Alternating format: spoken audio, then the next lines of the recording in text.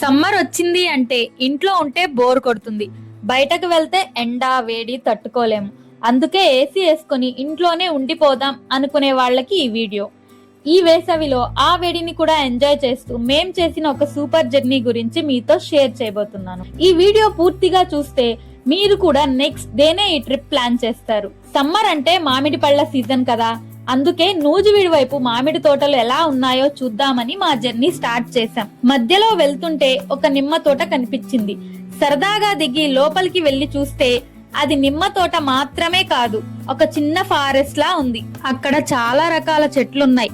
జామకాయలు, చెర్రీస్, మనం నార్మల్ గా పచ్చిగా ఉన్నప్పుడైతే వాక్కాయలు అంటాము. వాటర్ యాపిల్, అది కూడా పింక్ కలర్ లో ఉన్నాయి. చూడ్డానికి అయితే చాలా బాగున్నాయి. ఇంకా చిన్న చిన్న పామాయిల్ మొక్కలు, పనస చెట్టు అయితే చాలా బాగుంది.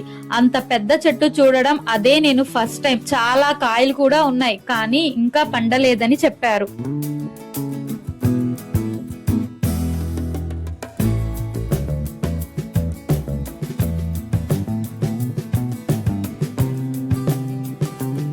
అక్కడి రైతు కూడా చాలా బాగా వివరించారు. ఎండ తక్కువగా పడే చోట కూడా కొన్ని చెట్లు ఎలా బాగా పెరుగుతాయో చెప్పారు. ఇంకా ఇంట్రెస్టింగ్ విషయం ఏంటంటే వాళ్ళకి చెర్రీస్ కి సపరేట్ తోట ఉంది. అలాగే కంప్లీట్ ప్రాసెసింగ్ యూనిట్ కూడా ఉందట. జూన్ ఎండింగ్ లో వస్తే చూపిస్తామని చెప్పారు. మీకు ఆ వీడియో కూడా చూడాలనిపిస్తే కామెంట్ చేయండి. సరే అని అంతా మాట్లాడి వెళ్తుంటే వాటర్ యాపిల్, జామకాయలు కోసి ఇచ్చారు. చాలా మంచిగా అనిపించింది. అక్కడి నుంచి ముందుకు వెళ్తుంటే ఇంకో చిన్న తోట కనిపించింది. చూసి మేమంతా షాక్ అయ్యాం. చెట్లు చాలా చిన్నగా ఉన్నాయి, 3 నుంచి 4 అడుగులే, కానీ కాయలు మాత్రం ఫుల్ గా ఉన్నాయి. కొన్ని కాయలైతే నేలకి తగులుతున్నాయి.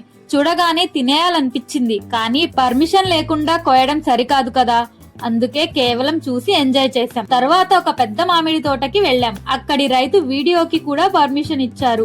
ఇక్కడ ఒక ఇంట్రెస్టింగ్ విషయం ఏంటంటే ఇక్కడ చెట్టు కాయలకి బ్యాగ్స్ కట్టారు.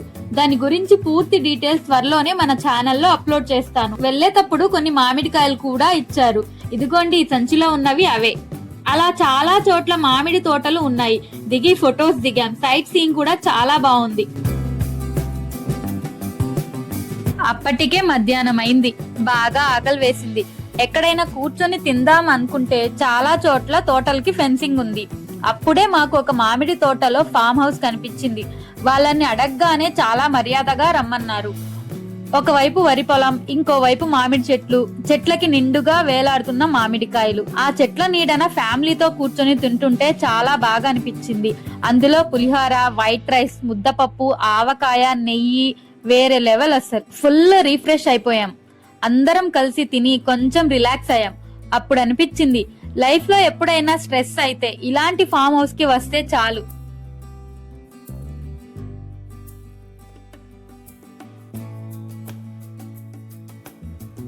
అందుకే అంటారు nature is the best healer అని. తర్వాత విసన్నపేట మ్యాంగో మార్కెట్ కి వెళ్ళాం. కానీ ఇంకా చాలా తోటల పంట పూర్తిగా రాలేదన్నారు. సాయంత్రం అయితే రోడ్ సైడ్ లో ఎక్కువగా అమ్ముతారట.